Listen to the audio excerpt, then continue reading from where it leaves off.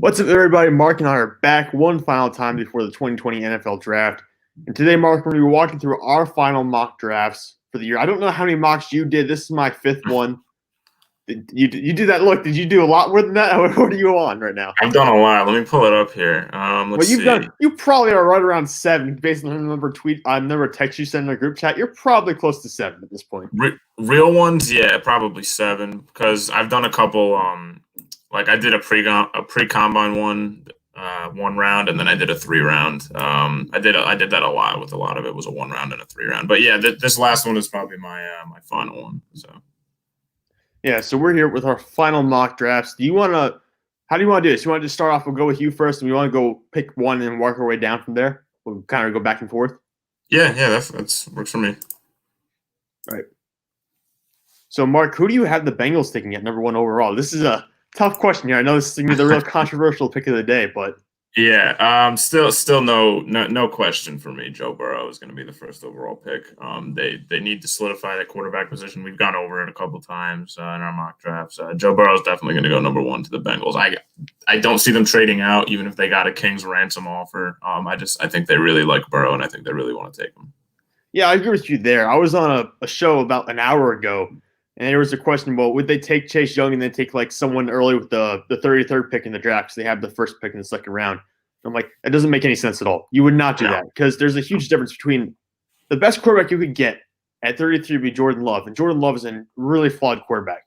Joe Burrow is arguably the best quarterback prospect since Andrew Luck. So you just can't skip that. You cannot miss on this guy. It has to be Joe Burrow. I think we both know that's who it's got to be at this point. Mm-hmm. Now, number 2, maybe a little bit more option here, but still probably going to have the same guy. Who do you have at number 2?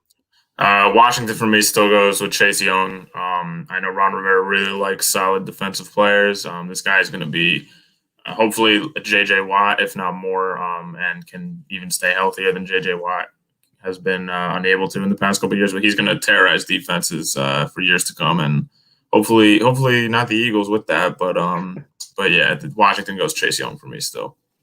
Yeah, I think that's the right move because he's by far the best player left on the board at this point. I think he's the best player in the draft, honestly, in terms of just a pure prospect. So skipping Chase Young would just be ridiculous in my opinion. You need needs all over the board. You need everything pretty much still.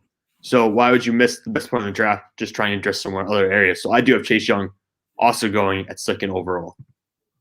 And now things can start heating up really at this point. So this is where you can start seeing multiple different options here with Detroit at 3. There's rumors that they might trade back. There's rumors they might take a quarterback. There's kind of everything at this point for Detroit. What do you think they're going to do? Like you just said, I have them trading back. Some recent news just broke that Miami is looking to trade up, not for Tua, but for an offensive tackle. And my highest ranked offensive tackle is Jedrick Wills, and that's exactly what I have them doing here at number 3. Lions trade back with Miami to number 5 and some additional picks for sure. And Miami's going to trade up here to number 3 and take Jedrick Wills. All right, that's an awesome one. I have Jedrick Wills as my top guy, too. I don't think he'll be the top guy that goes in the draft, but I think he is the top guy, in my opinion. So you have them trading up. I don't have anyone moving at 3 at this point. I think Detroit's very weird because you're going to hear a lot of smoke and mirrors from Detroit, I think, at this point, because they're in the perfect position to trade back. They're also in the perfect position to draft the guy who I think they're going to take is Jeffrey Okudah, the cornerback from Ohio State, to replace Darius Slay. But you're right. I think they totally could trade back here. It's a total option for me. I think Miami has the pieces to move up as well, so that's a total chance. But I don't have my first trade until the number 4 spot. And I'm going to go in my 4th pick. For my 4th pick, I have the Chargers trading up from 6 with the New York Giants. So the Chargers trade up, get the 4th pick, and they use the 4th pick on Tua Tagovailoa.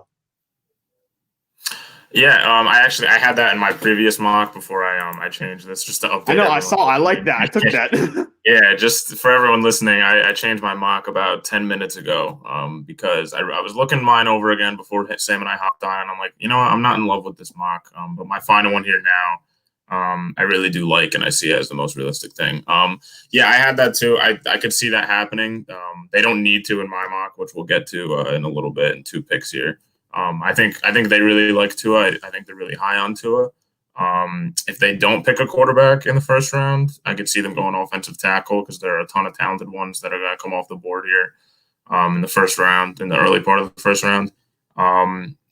because I was also reading the Chargers are high on Jalen Hurts, who is going to fall probably to the second or third round. So they could snag a quarterback there. But I agree. I think they're going to take Tua in the first round. My number 4 pick, though, I have the Giants staying put. Now that Miami traded up with Detroit for number 3, the Giants stay put at 4 and take Isaiah Simmons. If Miami didn't trade up with Detroit, I would have agreed with you. Detroit take Okudah, the cornerback at Alabama. Or I'm sorry, cornerback at Ohio State. Sorry, I'm mixing up my colleges here. And then the Giants would have taken Jedrick Wills as the top tackle there. But obviously Miami jumped him in my mock. So I think the Giants are going to take Simmons, who great linebacker in this draft, probably the most athletic player on the defensive side of the ball because he's like that Swiss Army knife type player.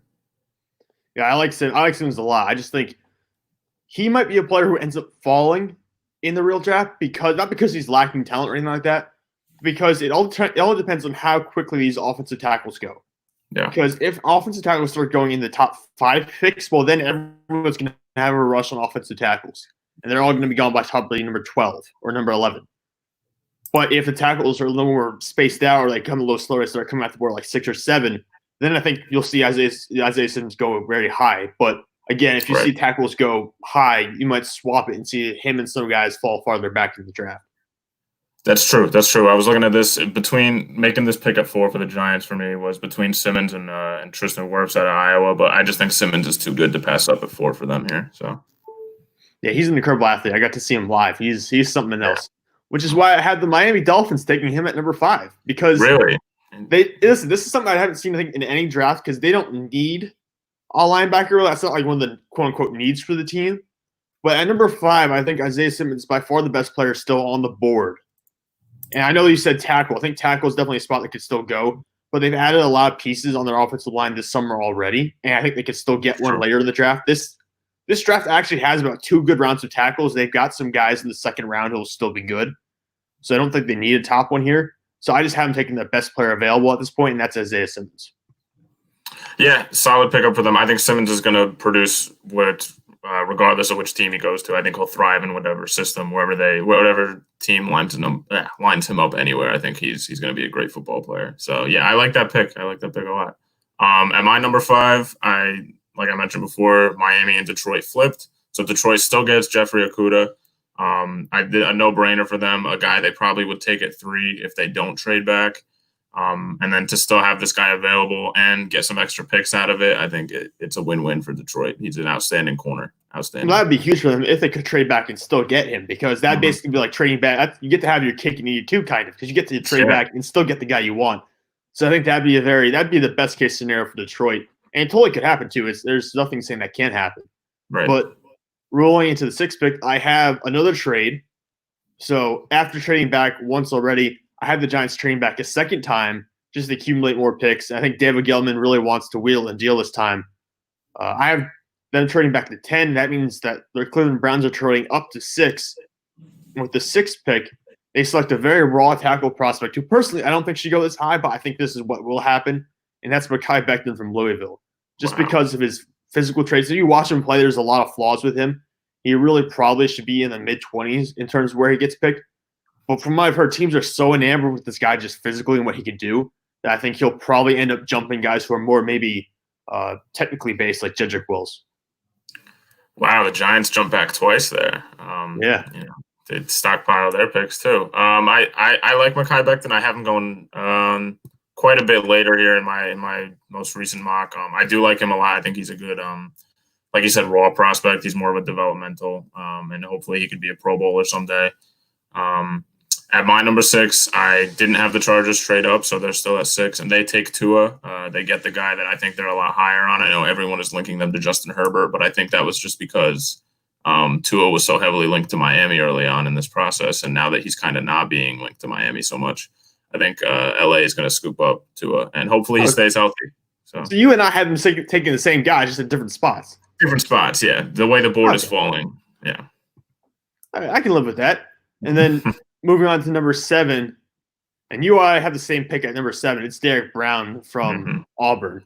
And again, I think this is just because he's probably A, the best player left on the board at this point, and B, probably the best defensive tackle prospect is Ndamukong Suh. So that says a lot about him. Yeah, high ceiling for Derek Brown. I like him and Kinlaw a lot. I don't see that big of a gap between them. But like you said, Panthers have a need for interior defensive lineman anyway, and he's the best player on the board, so should be a no brainer for them. I just want to point out I have seen mocks where the Lions don't trade back at 3, and instead of taking Okudah, they take Derek Brown, which would be really interesting to see what the Panthers would then do. Because I know in most mocks the Panthers are being linked to Derek Brown, but maybe in that case, the Panthers would just scoop up Jeffrey Okudah. So it'd be interesting to see. I think Carolina's probably takes the best player on the board regardless of the situation, just because they're kind of rebuilding right now, and it's a long-term plan. So they just want to get the best players available at this point, and then they'll work in strategy a little bit later on, maybe next year or something like that. Right. But moving off from Carolina, we go down to number 8 with another team that has a lot of options, and that's the Arizona Cardinals. And you and I are actually in step again for this one. Tristan Wirfs, the dynamic offensive lineman from Iowa. And now I think the reason they take Tristan Wirfs here is because he can play a lot of positions. He can play left tackle, he can play right tackle, and you can kick him in and play guard if you absolutely need him to. And for the Arizona Cardinals, a team that needs offensive linemen all across the board, I think that's an absolute probably great fit for them moving forward. Yeah, I like Wirfs. I had him being the first tackle off the board in some of my older mocks, but then he killed it at the combine. Really athletic. Like you mentioned, he can kind of move wherever you need him to on the offensive line. Arizona could trade back here. I've seen some other mocks where they do, but I don't think they should. I think they're a team who I call them a fringe team because they're almost there, especially now with the DeAndre Hopkins trade. And Kyler Murray will probably take the next step this season. So they're a fringe middle of the pack team coming into this next season, and I think solidifying that offensive line can really help them. So I think that's the right route to go for them. Yeah, I think they'll be really competitive, not this year, but next year, I think. But you're right. They are on the doorstep of being one of those rising teams. So I think staying put and getting a guy like Wirfs is the next step to that movement. But moving on to number 9, I have another trade here. And this time, this is probably a trade I think everyone sees coming, or a trade people feel like is coming after the rumblings from the last couple of days. I have the Atlanta Falcons trading up and swapping picks with the Jacksonville Jaguars. The Atlanta Falcons trade up to number 9 overall, and they take C.J. Henderson at cornerback from Florida.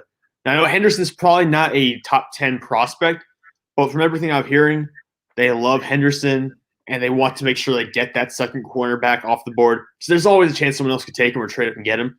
So I think this is Atlanta more not necessarily needing to trade up to get him, but they feel like they're going to get panicked a little bit, and they're going to move up with a team like Jacksonville that's on the downside, and it's debuilding basically, or getting rid of their best players. So they're going to move up, and they're going to get their future corner. Yeah, I wouldn't be surprised with that happening. I have a trade here as well, but just to bounce off your point, I think C.J. Henderson is a guy who's rising fast. I do see him. He could go in the top 10. You're right. He's probably not valued there. But a team like Atlanta, who's really high on him and really values him, they could definitely hit the panic button there and trade up to get him. My trade happening is the Jaguars trade back with my team, the Philadelphia Eagles, and the Eagles trade up and get CeeDee Lamb. I don't want this to happen. Disclaimer for everyone watching. I don't want this to happen, but I think Howie Roseman is a trickster, has some trick up his sleeves coming up for tomorrow night. I wouldn't be upset with it, but I think the Eagles have 8 picks in this draft, and I want them to keep all of them and pick the best players available. But I wouldn't be upset with CeeDee Lamb. Me and you talked the other day. He's our highest rated receiver in this draft. He can immediately come in and be an impact player. So I as much as I don't want it to happen, I think it is going to happen, and I think they're going to get him. Yeah, I love the fit at wide receiver with the Eagles. I love the fit. I don't know if I necessarily love the trade, depending on how much they have to give up to make them move, because it's a big jump from where they are currently. Yeah, from 21 to 9, they would probably have to give up their second rounder this year, which I don't. There's a lot of sneaky picks available at 53 that can come. Yeah, you're probably looking at a first rounder, a second rounder, and something else on top of that, like a fifth rounder as well, probably. Yeah, a lot to do it, but Howie Roseman apparently is in love with CeeDee Lamb. They haven't met with him privately, which is a little weird, but I guess you don't have to meet with him to see. You just watch the tape and you fall in love with him. But I think realistically they trade up for maybe not Lamb, and maybe not at this position, but they do some sort of trade to get one of these top 3 guys. All right, so that's your take at number 9. At number 10, now I have the Giants at number 10, because remember, they traded back with the Chargers to begin with, and then they traded back with the Browns again.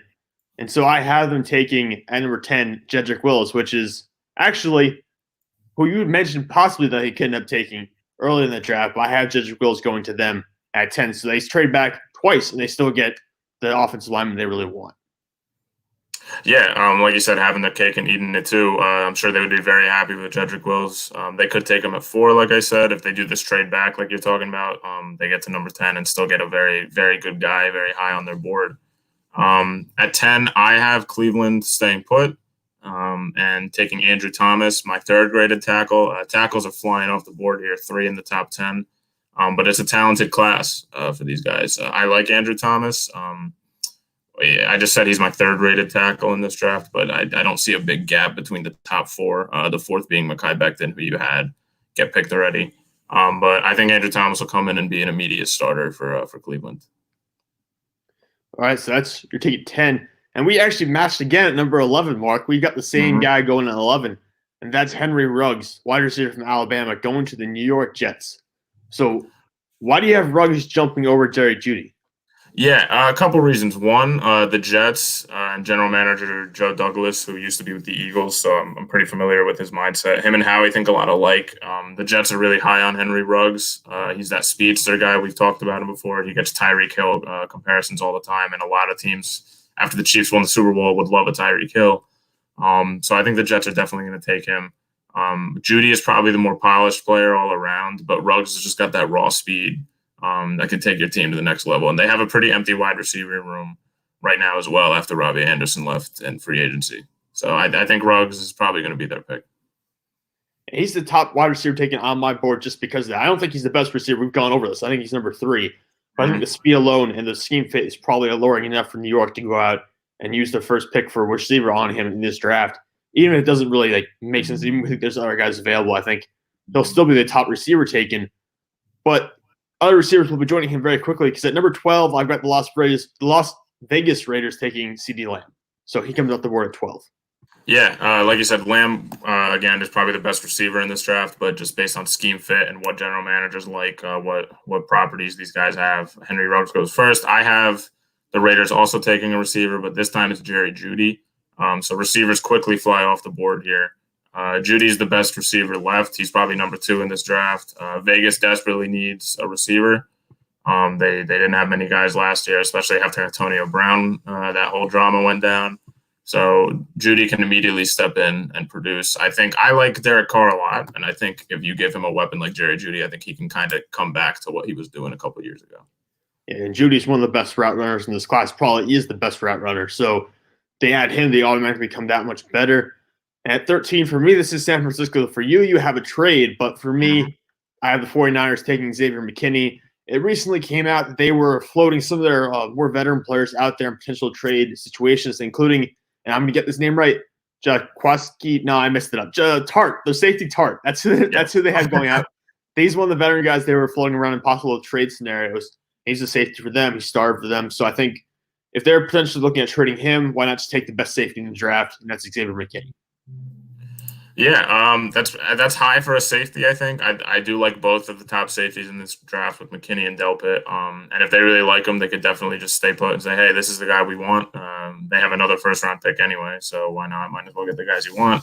I do have a trade here. I have the Atlanta Falcons trading with the San Francisco 49ers to draft the same guy you had them trade to 9 to get, and that's C.J. Henderson, who we've talked about.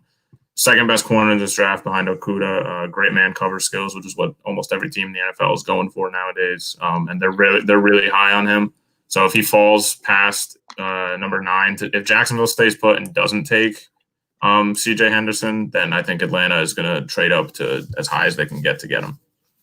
Yeah, it's probably a more realistic take on what I did pretty much. It's probably a better option, more likely to happen, but moving on to 14, you and I have Tampa Bay taking the same position. We're both going offensive line here.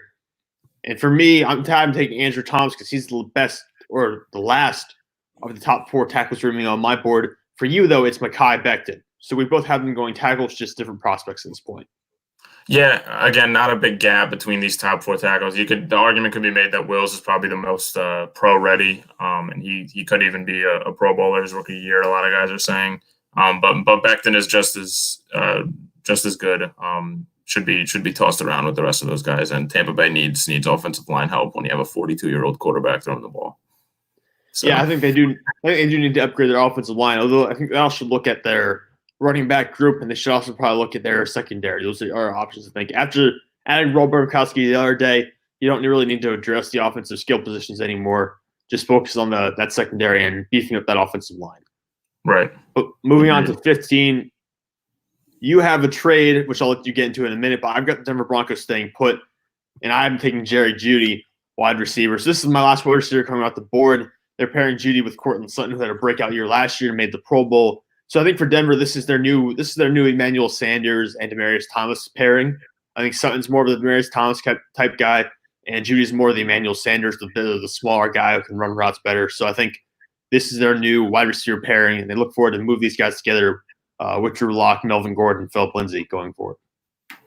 Yeah, I like that pick. I think they're either going to go wide receiver or corner. Like you mentioned, I have a trade coming in here. The New England Patriots trade up and take Kayvon Chaisson out of LSU there, the edge rusher. Maybe not the best edge rusher in this draft, definitely not with Chase Young being there. And a little bit of a raw prospect because we've talked about before that LSU edge rushers tend to have a little bit of transition issues into the pro level, but I think he's a great prospect. New England needs edge rushers. Bill Belichick can definitely make a great player out of him. And if he starts falling like he's doing here, I think New England's going to trade up from 23 to get him, because otherwise a lot of teams coming up here could definitely take him. So. Yeah, I agree with you. There's a lot of teams that probably want him around this range. I do think that's a smart move by New England. I think they can go in a lot of different directions, honestly, this year. I could see him going linebacker. I could see him going potentially offensive line. I don't think they probably will based on where they are in the draft. I think edge rushing is an area one they could also go to. Mm-hmm. So I think I like this pick, though. I do like this pick for New England. I think that's a good decision for them. But anyways, moving on to the 16th overall pick. We had different teams at this spot because of the different trades we had. I had Atlanta trade up with Jacksonville. So instead of the Falcons, the Jaguars are here, and they're taking Javon Kinlaw to kind of replace that interior defensive rush they had, or they tried to get with Marcel Darius, but never really worked out with them.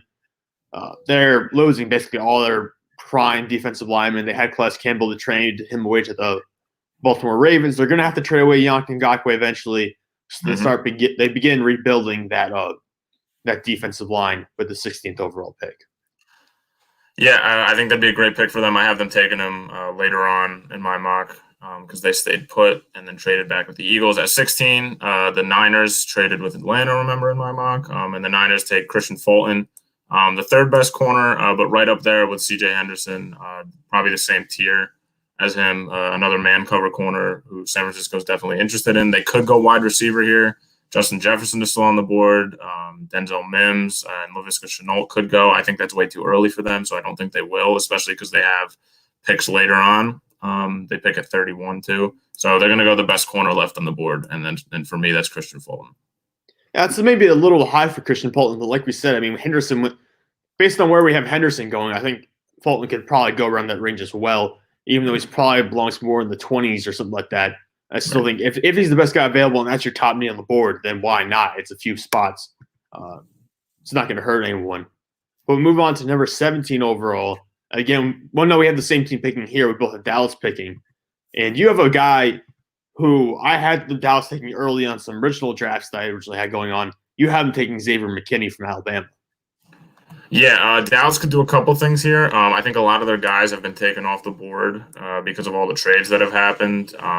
I just mentioned Kevon Chaisson got picked by the Patriots with a trade up. The Niners just took Christian Fulton, who I could see the Dallas Cowboys taking because they desperately need cornerbacks. But I look at their secondary in general, and I think they just need help, and they get the best secondary player available here in McKinney. Yeah, I had that as one of the guys I considered giving them, even though he came off the board earlier in this mock than what he usually does for me. So he's gone at this point. The two guys who I considered giving Dallas here was Fulton was one of them, and the other one who I actually gave them was Chaisson because he is still available in my mock. So I think if you weigh the values of those two players, I think Chaisson probably has more potential than Fulton. So I think Chaisson's the guy who ends up going in that scenario. So I have him going 17 to the Dallas Cowboys, and that brings up the Miami Dolphins with their second pick in the draft. And you and I had the same pick this time. And it's going to be Justin Herbert from Oregon. Yeah, a guy who apparently in the past couple of weeks we found out that Miami is very high on, even higher than Tua, who everyone had linked. There was the whole tank for Tua movement happening week 1 of last season. That whole thing started. It's been on for a while. Yeah, so I think they could still get their guy, especially with what happens earlier in our mocks where I have Miami trading up to get Jedrick Wills, the best tackle in my mind, and then you have the Chargers jumping Miami to take Tua. And then I'm assuming in your case, Miami says early on, well, we're not going to take Herbert this early because no other team's going to need him, so might as well wait until 18, and then they could get him there. I think it's a very weird case for Miami because it's the point where you want Herbert, but you don't want to give up too much to get him at the same time because he's not Joe Burrow, he's not Andrew Luck, so you don't want to give up too much in the first round to get the guy. So in a sense, I feel like they're okay taking a little bit of a risk and waiting for him to fall to them. So that's why I have him going this low and don't have him going up too high to get him. I think they feel comfortable with getting him in the middle of the first round. Right. But we move on to number 19. I have a trade. I had the Baltimore Ravens trading it for 28 with the Raiders who had 19. So Baltimore trades up to 19th overall to take Patrick Queen from LSU. I think they do this because they need a linebacker badly. That's probably one of their best needs at this point. Because their defense is full with great players. You traded for Calais Campbell. You have Earl Thomas. You got 2 Pro Bowl corners. What you're really missing is, well, you also have Matt Judon too as another Pro Bowl player, an edge rusher. But you're missing that interior presence that you had originally with Ray Lewis and then with C.J. Mosley. C.J. Mosley obviously no longer with the team. So now they go back and draft the replacement to Patrick Queen from LSU. Yeah, I could see that happening, especially with the way your board is starting to fall and what teams are in which positions. I have them taking a linebacker at 28. At my 19, I have the Las Vegas Raiders staying put with their second pick in this first round, and they take Grant Delpit. Again, maybe not a spot he deserves to go this high, but they need secondary help in general. They could go corner here. I still have Gladney on the board, who I'm very high on. A lot of people are not, but I think that's too high for Jeff Gladney to go. Delpit is still a playmaker, and he'll be a back end playmaker for the Raiders, and definitely be a contributor. Yeah, the one reason I don't have Delpit going that high, especially to the Raiders, because they recently acquired Demarius Randall. He's from Cleveland. He played in Cleveland last year, so they got him recently.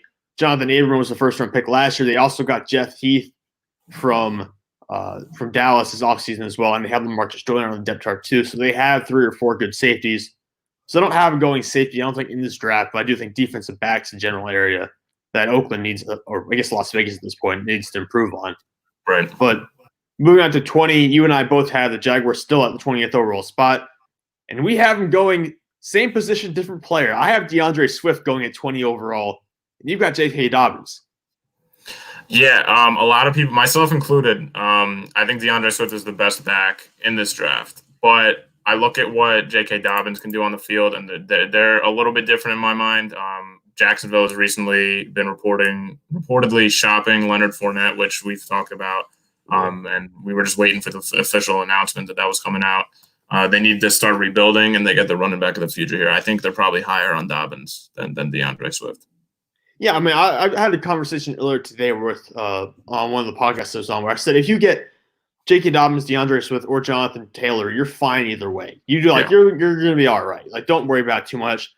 To me, I would rather have Dobbins or Swift just because Jonathan Taylor's taken so many hits over the last couple of years and he's been carrying the ball so much that he's a beast, yeah, but I don't know how long he's going to be a beast for in the NFL before the injury inevitably happens because it happens to most running backs. So I would lean towards one of those guys. I'm taking DeAndre Swift because I think he's the best player available or the best running back available, and I think that's just the right move for Jacksonville. But either way, him or J.K. Dobbins you should be fine with. And at 21, I'm just going to give you my 21 because we've talked about this in the past. I have Philadelphia's here still. They didn't trade up, and that's fine with them because they still get Justin Jefferson, who we said is probably the 4th best receiver on the team. That's my phone going off. I should have checked that. But I'll be right back, but you can go ahead and talk. I can still hear you. But Justin Jefferson going to the Philadelphia Eagles at 21. Yeah, a pick that I think probably will happen if they don't trade up. Assuming Jefferson is still there at 21, it's a no-brainer for them. For me, the Jaguars traded with the Eagles to move up to 9. Jacksonville's now at 21. And they take Javon Kinlaw, who, if he falls this high or this low, they shouldn't take anywhere near 10 minutes to submit this pick. That every team gets 10 minutes. They should submit it within 5 seconds because Kinlaw is not far behind Derek Brown in terms of interior defensive linemen. Yeah, I think Kinlaw is probably one of the best 12 or 14 players in the draft. So I think getting him would be great at that spot for them. Do you still have a landline, Mark? Does your house still have like these? No, we do not have a landline. We cut our landline about 4 or 5 years ago. See, my So parents are always talking about it, but we just never do it. We had this like the message like leave a message after the beep. We Mhm. recorded that about 10 years ago, so it's us sounding like a little like squeaky kids on the thing. That's basically what we have right now. So Oh man, yeah, I remember that. Me and my brother did the same thing. Same thing. it doesn't work anymore pretty much at this point. But anyways, back to the draft. So we're on 22 now, pick 22. Yes. You and I still have the Minnesota Vikings sitting at 22. I have them going Christian Fulton, who we've talked about in the past, just because they desperately need corners. Like them and Dallas are the two teams that need cornerback help the most because they cut Xavier Rhodes and they lost Mackenzie Alexander, who was a free agent, and they lost Trey Waynes, who was a free agent. So their top three corners are now gone. They desperately need help. So I think it's going to be Christian Fulton at 22. Yeah, a pick with that I could definitely see them doing. Minnesota is also reportedly willing to trade up. They have 2 first-round picks, so they have the stockpile to do it. Looking at names like C.J. Henderson, they could trade up for Chase Young as well. I almost had them doing that until I saw the Patriots there.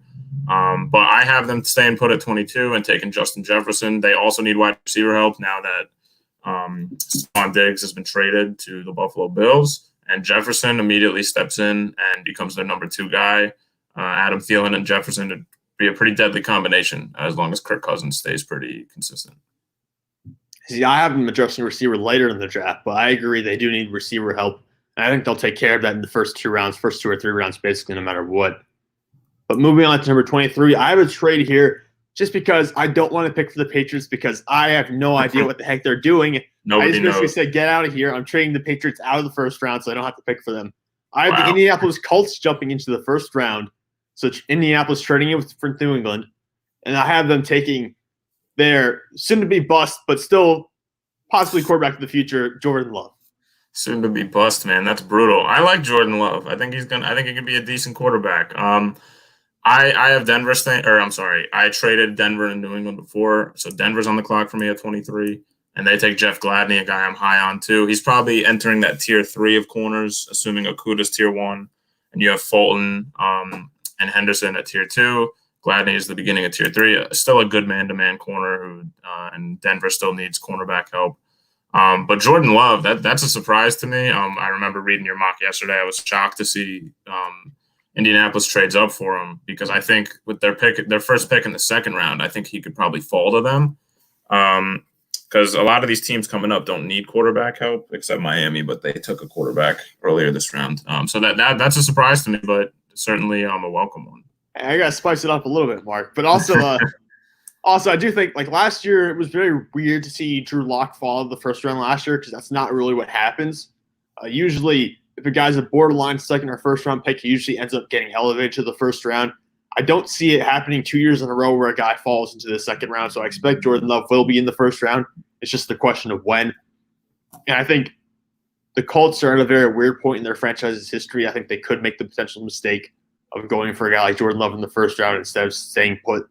And also, I think the Patriots don't care at this point. The Patriots are just trying to get as many guys as they want, I think, or as many bodies as they can get. So I think trading back for New England makes sense just to get more picks, and it means to get more quality players down the line. I trust their evaluation process too, so I believe New England can find plenty of good starters in the second and third round as well. So that's my rationale kind of for having to trade there. But that brings us to 24th overall. You and I both have the New Orleans Saints on the board. Same position again, different players. I have Kenneth Murray because I already had Patrick Queen go off the board, and you have Patrick Queen. Yeah, 2 guys that I've seen flip-flops on a lot of different people's big board between the second best linebacker in this draft, assuming you put Isaiah Simmons at a linebacker, which a lot of teams are. My second linebacker, I guess, taken off the board here in New Orleans. They need linebacker help. They could go wide receiver. They could go edge rusher as well because there's still a lot of talented ones left on the board here. But if Queen's there, I just don't see how they could pass him up at 24. Yeah, I think linebacker's probably their biggest need now that they got Emmanuel Sanders in free agency. So I think linebacker's their biggest need. I agree with you. It's a flip-flop between Patrick Queen and Kenneth Murray every other day. It feels like because just a few weeks ago, it was Patrick Queen's going to be the guy. And then within the last 2 or 3 days, people are like, well, everyone's high on Kenneth Murray now. And I'm like, well, you gotta make a decision here. So I feel like it's just a flip of a coin at this point between the 2 guys. Moving on to 25, and this is Minnesota again for me, and this is where they fix their need at wide receiver. This is where they get T. Higgins from Clemson. You left T. Higgins out of the first round, and still after you put him as the 5th receiver on your big board, you left him out of the first round, Mark. I saw that. I know. I like T. Higgins, and he could very well be a first-round player, but unfortunately, I don't think teams. And we talked about this in our wide receiver rankings. He's just not what teams are really looking for right now. He's a 50-50 ball type guy, big body, 6'4", throw it up and he'll get it. A lot of teams want speed and athleticism in this first round, which the top 4 guys really bring you some form of that. I have Minnesota staying put at 25 as well, and they get an edge rusher in Epineza. He's very talented. May not contribute right away in year 1, but come year 2, after he gets his rookie year under his belt, I think he'll be a pretty solid impact player. They don't have Everson Griffin coming back anymore, so they need an impact edge rusher.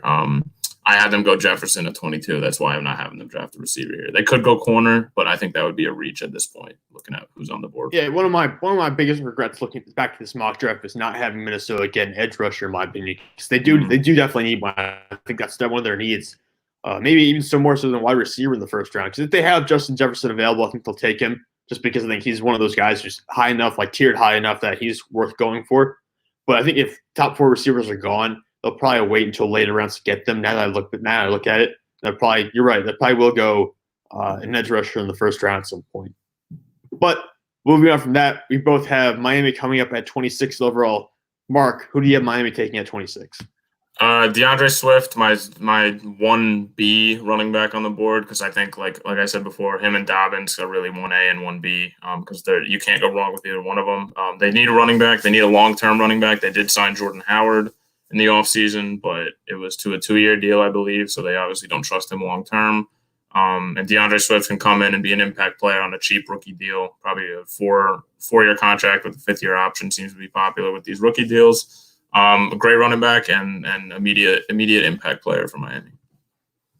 Yeah, I like that. I do think they'll try to find a running back, but I have them going a different way. I'm taking Grant Delpit and going with the safety because they got rid of Rashad Jones, who was a former Pro Bowler for them. They got rid of him. They cut him this offseason, I think. And they traded away him and Kip Fitzpatrick at the start of last season. So they need new safety help there. So I'm going Grant Delpit because I do think Delpit is a first-round pick, even though I haven't had him appearing in my other mocks in the past, just because I couldn't find the right fit for him. But I do think Miami's a spot where he could end up landing here towards the back half of the first round. So that leads us on to number 27. Mark, who do you have the Seattle Seahawks taking with the 27th overall pick? Yeah, I have no more trades after what was my last trade? Was Denver and New England swapped for 23. So the board falls as it should the rest of the way here. With Seattle, take Yetur Gross-Matos, the best edge rusher available on the board. I haven't seen a lot of his tape, but from what I've read about him, he can pretty much step right in. And they need defensive help, especially with Jadeveon Clowney not coming back. Possibly not coming back. We don't know, but we're still waiting on him. Yeah, waiting on him. A lot of big name free agents still waiting on. If they sign Clowney in the next 24 hours, then they probably won't go edge rusher here. But I think based on their needs right now and their situation right now, they go edge. Yeah, I actually have them trading out of the first round because they've screwed up the first round picks the last 2 times. They took LJ Collier from TCU last year as the defensive end. So they've already gone defensive end last year, and that didn't work out at all. They took Rashad Penny the year before that, and he was the first running back taken after Saquon Barkley and before Sony Michel, Kerryon Johnson, Nick Chubb, all those guys. So safe to say they messed that one up. But yes. I think they get rid of their first-round curse here by just trading back and getting rid of their first-round pick. The Chicago Bears trading up because they don't have a first-rounder. I have them trading into the first round. I take a defensive back, A.J. Terrell. So very different from what you've done here at the spot. But I'm going after A.J. Terrell because he is my next best corner available. I do think they need to pair. They need someone to pair with Kyle Fuller because right now their second best corner is Artie Burns. And as a Pittsburgh Steelers fan, I can tell you that won't fly. So I have them trading up to get a cornerback. Yeah, that could happen. I was looking at teams that don't have first rounders to see what they could trade into. You mentioned you have Indianapolis trading back into it. Chicago could trade into it. Houston, I was looking at. Houston doesn't have a lot of picks to begin with, so they don't have a lot of leverage to trade in. Yeah, so I think they'll Pittsburgh's the other one who doesn't have a first rounder. I don't think they're going to do that either. Pittsburgh's conservative; they won't trade into the first round. Yeah, Pittsburgh, and then the LA Rams as well could, but I don't see them doing that. So. Yeah, I don't think they have enough. I don't think we have enough assets in general to take care of themselves at this point. Right. But so number 20 overall, Mark, who do you have going at 28 to the Baltimore Ravens? For me, the Ravens are here at 28, and they take Kenneth Murray, the best available linebacker. We mentioned already how desperately they need a linebacker. That's why you have them trading up for Patrick Queen. So I think it's a no-brainer for them, especially if he falls this far. They'll pull the trigger real quick on that. Right, and I have the Raiders here because they traded back with Baltimore, and I have them taking Jeff Gladney here from TCU. You've talked me into it. After all these mocks, you've talked me into making him a first-round pick. So I have Jeff Gladney going in the first round in my final mock at 28 to Las Vegas Raiders because they do need someone to pair with Trayvon Mullen right now. So I have him going and getting him because I think he's really one of the final, like in that tier for corners, like him and Terrell are probably like the final that maybe I guess you should call it tier 2 corners. So when those two go on, you really have a little bit of a drop-off. So they want to make sure they get their guy. So they get him at 28, and that brings us to 29.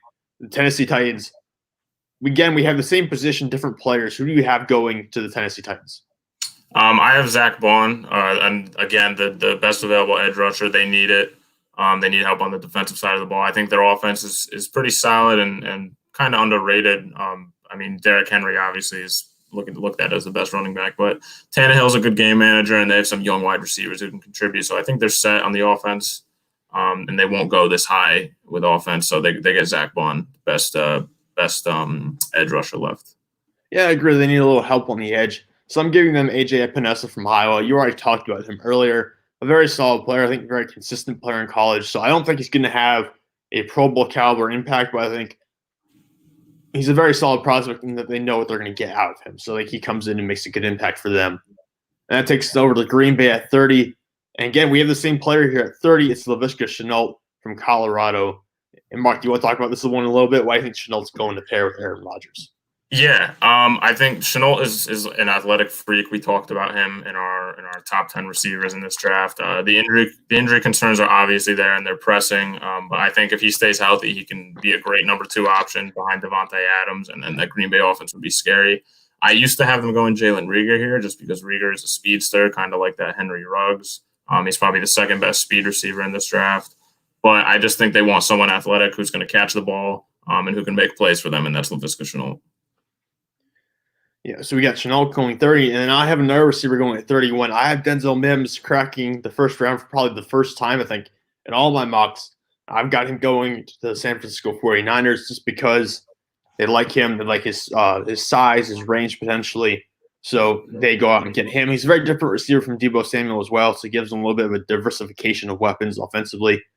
And I do think receiver is one of the most pressing needs because you look at their group right now, they're trying to trade Marquise Goodwin, so it really is just Deebo Samuel and kind of everyone else at this point. So going out and getting a guy like Denzel Mims is very big for them. But you have them going Denzel Mims too. I didn't even look at you have them going Mims as well. Yeah, just a developmental receiver for sure because his route running is not very good right now. But he's big body, he's got good speed, pretty decent hands, and like you said, just variety in that wide receiver room. Because you look at Deebo Samuel and you look at the other guys they have, they're kind of on the smaller side. So Mims comes in and gives them a different type of weapon. Yeah, and you and I have gone in very different directions at pick 32 now. Who do you have at pick 32 for the reigning Super Bowl champions? 32, Kansas City Chiefs. I have Cesar Ruiz, which might surprise a lot of people because the interior line class is not very deep. Ruiz is my top one, but it flip-flops with a lot of guys. They need interior offensive line help. They need to be able to give Patrick Mahomes plenty of time to make plays in the pocket back there. I've had them go in a bunch of different ways. I've had them going running back. I've had them go cornerback, but I think they're really going to go interior OL with Cesar Ruiz here. Yeah, I think him and Lloyd Cushenberry from LSU are probably the top 2 interior offensive line prospects, at least from what I've seen. Mm-hmm. But the guy I have going here at 32, I have J.K. Dobbins going, so he's going to be my second running back off the board. And I think this is a move for them because they've basically determined that they're going all in on offense at all times. I mean, really, that's what it is. They're putting the best players, best skill players in Patrick Mahomes and just trying to blow everyone else out at this point. So I think Dobbins is a huge pickup because they have Damien Williams at running back, and he can do a little bit of everything, but he's not an every down running back. I think Dobbins is that every down guy who can still give you something out of the backfield in terms of the receiving game. So I think he's the perfect fit for them in terms of the versatility and the speed they want to play at. So I have Dobbins as my last pick in the first round. So that wraps everything. Oh, go ahead. No, go ahead. Go ahead. You got it. Well, it's just I almost had them going Jonathan Taylor here because he's my last really top tier running back on the board still here. But I don't see them taking a running back. I think they could probably find some decent blue chip prospects later on at running back. So that's why they go offensive line. But a lot of names left off the board here in the first round. You want to give some of those? Yeah, give me a sec here. I got to pull this back up. I can give you two at the running back spot that I don't have going in the first round. I think are going to be potentially day one starters. I've got Jonathan Taylor and Clyde Edwards-Helaire from LSU. I think both those guys could be day one starters at the running back spot whenever they end up. I know Edwards-Helaire is probably going to be a second round pick for sure, and Jonathan Taylor looks like he's turning in that direction. But I think both those guys could be starters from day one. So they're every down backs in my opinion. Yeah, Jonathan Taylor definitely a guy who can come in and contribute, and Edward-Helaire as well. Jordan Love is off the board for me. Who else is on? Josh Jones is a guy who's being mentioned or is on the board for me. I'm sorry. And then Josh Jones is an offensive tackle prospect who a lot of people think could go round one. I don't think he will. I've had him going before. Jordan Love is still up there for me. Isaiah Wilson, another offensive tackle. Ezra Cleveland, another offensive tackle. Austin Jackson, too, from USC. Yeah. A lot of offensive tackles could go first round if teams want to go that route just because of the way they flew off. But it depends. As it should. The early picks are definitely going to set the tone for the draft for what's going to end up happening. Yeah, there's a good class. Like I said, there's a good class of offensive tackles you can find in the second round. So you don't have to necessarily take one in the first, especially if you miss out in the top four. I think you just wait until the second round and you grab one there. But other guys I like to look at who aren't going to go in the first round, but I think are still very talented players. Someone like Ross Blacklock, a defensive tackle from TCU. I don't have your Turk Gross-Matos going in the first round, but he could potentially go there. Cole Kmet, tight end from Notre Dame. Tight end class really isn't going to start kicking off until the end of the second round to beginning of the third round, and you're going to start getting into it from there. I still think Kmet, though. I think Kmet is a very good tight end who, if he was in a better draft class, would be valued as a first or second round pick because it's such a weak tight end class, or perceived to be such a weak tight end class, might not go until the early third round. But I got him on my board still. I have Trevon Diggs from Alabama, the corner. He's still out there. Zach Bond, I didn't have going the first round, and Brandon Ayuk is one of the receivers, one of the many receivers who I still is going to have being available in the second round. Yeah, Ayuk could be. I've seen him go in the first round. Minnesota's a popular destination. If Jefferson isn't there for Philly, I've seen them taking Ayuk. Realistically, as an Eagles fan, I can say if the top four guys aren't there, the Eagles are going to trade back for sure. KJ Hamler I've seen go in the first round in a lot of mocks. This receiver class is so deep, it's really hard to tell who's going to pick who and where. And you mentioned Jalen Reagor earlier as a potential first-round guy as well. Yeah, so it's going to be an interesting night tomorrow. Like we said in our last stream, a lot of GMs have told the experts, like, hey, you guys are wrong. Like, you guys have no idea what we're talking about. Again, it could be a smoke screen like a lot of people think it is, but we'll see what happens tomorrow. It's going to be exciting. Yeah, we'll see. We'll see inevitably when Indianapolis trades into the first round so they can take their future bust of a quarterback in Jordan Love. I don't think so, man. Yeah, I think so. I'm pretty confident on this one. We'll see. 5 years down the line, we'll see. We'll see. We'll see. 5 years from now, we'll come back in the same places and do the same thing all over again, and we'll react to ourselves from 5 years ago. Oh man. But anyway, guys, I want to thank you all for tuning in. We're looking forward to the draft. Obviously, this is going to be the peak probably of the next 2 or 3 months for us in terms of sport content. So this is going to be very fun. I will be live with the Grueling Truth. If you don't know what that is, go on to. Well, you can put in your search bar, thegruelingtruth.com. You can also go over to Facebook. I think we're going to be streaming live starting from 7:55 p.m. Eastern. We're doing a live stream draft show, and giving analysis and all that kind of stuff as we go through the draft. Maybe some guest appearances will show up as well. So we're going to be doing a bunch of stuff with that. So feel free to go check that out tomorrow. But anyways, Mark, is there any final words you have for us today? No, just I wish every team the best of luck in this draft. I hope everyone's ready to tune in and get excited about it. I'll be tuned in to Sam's show tomorrow for sure while I'm in the middle of my online class. Because who needs classes at this point? But yeah, no one cares at this point. Pretty exciting. So, yep. Like Mark said, best of luck to every team except for Cleveland. You don't matter. You're gonna mess this up somehow, I'm sure. You and Cincinnati, both of you. But anyways, best of luck to all teams. Thank you guys all for tuning in, and we'll talk to you all later.